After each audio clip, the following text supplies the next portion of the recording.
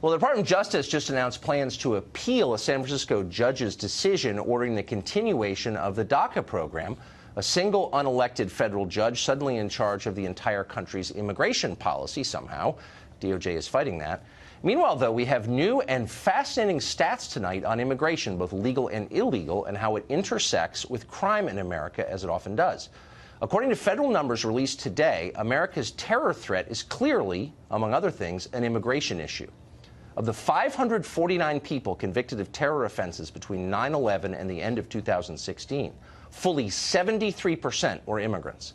Many of them entered this country through chain migration and the diversity lottery, both of which allow immigrants here without regard for their skills or how well they would integrate into American society. And clearly, many are not integrating.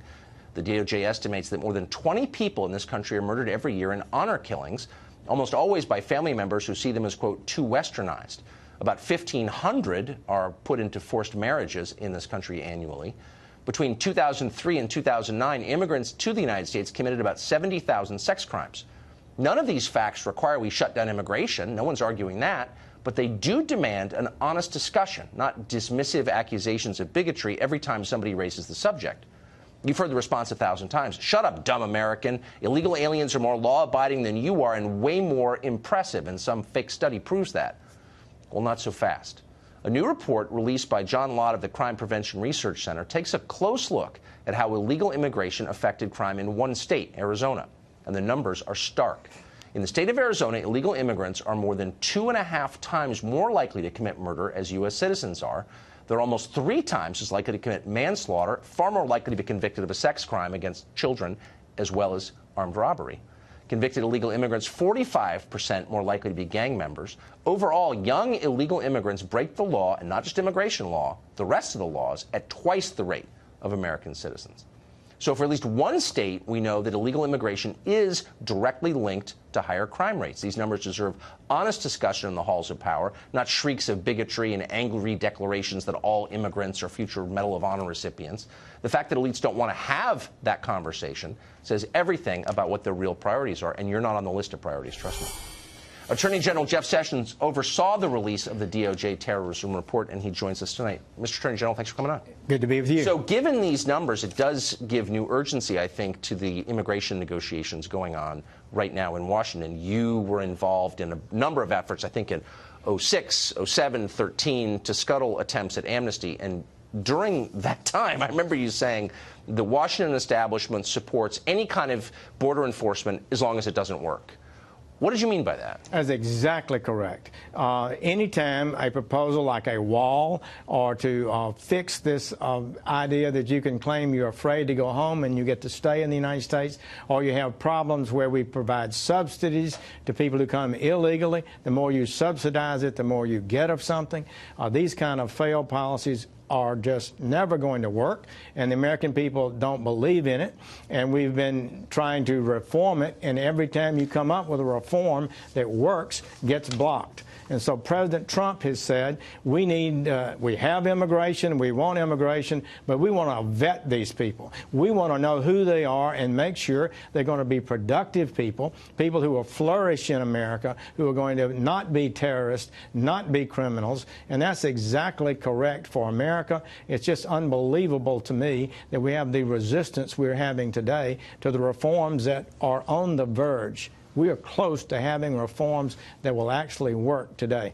And that voters voted for, by the way, in 2016. The big issue in this election, Trump took it directly to the American people. It was a huge factor in his victory, yet the same crowd that fought for the amnesty before is still trying to scuttle good reforms today. So apparently, here are features of the proposal we're now looking at. It would fund just about 10% of the proposed border wall, about 70 miles out of 2,000.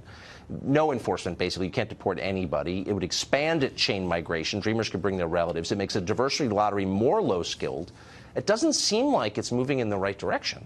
Totally unjustifiable. That cannot be That is not a proposal that has any prospect of success. They need to look at the proposal that House Judiciary Committee Congressman Goodlatte has proposed. That will work. It will end the illegality, make a tremendous progress toward ending illegality, and make the system work better. That's what the American people want. And the objectors, the sanctuary cities, the New Jersey policy you just talked about, those are policies that favor illegality. They subsidize illegality. They encourage illegality. American people are sick of that. It's time to end it. The choice is clear, and it's going to be even clearer this year. We're going to have some votes in Congress. People need to be held to account. Are you going to fix this system, create a system that protects America? We know that, as you said, 73% of the people who've been arrested for terrorism came here, were born abroad. So if they had been properly screened and rejected, we wouldn't have had these attacks in our country. So someone I spoke to with direct knowledge said that in his meeting with the president on immigration, Lindsey Graham summed up his closing argument by reciting Emma Lazarus's poem from the Statue of Liberty. Not really a case that you'd expect Republicans to be making. Why aren't there more articulate Republican members of the Congress making the case that you just made? Well, I wish there were. Actually, I think people need to get focused on this. We are not against immigration.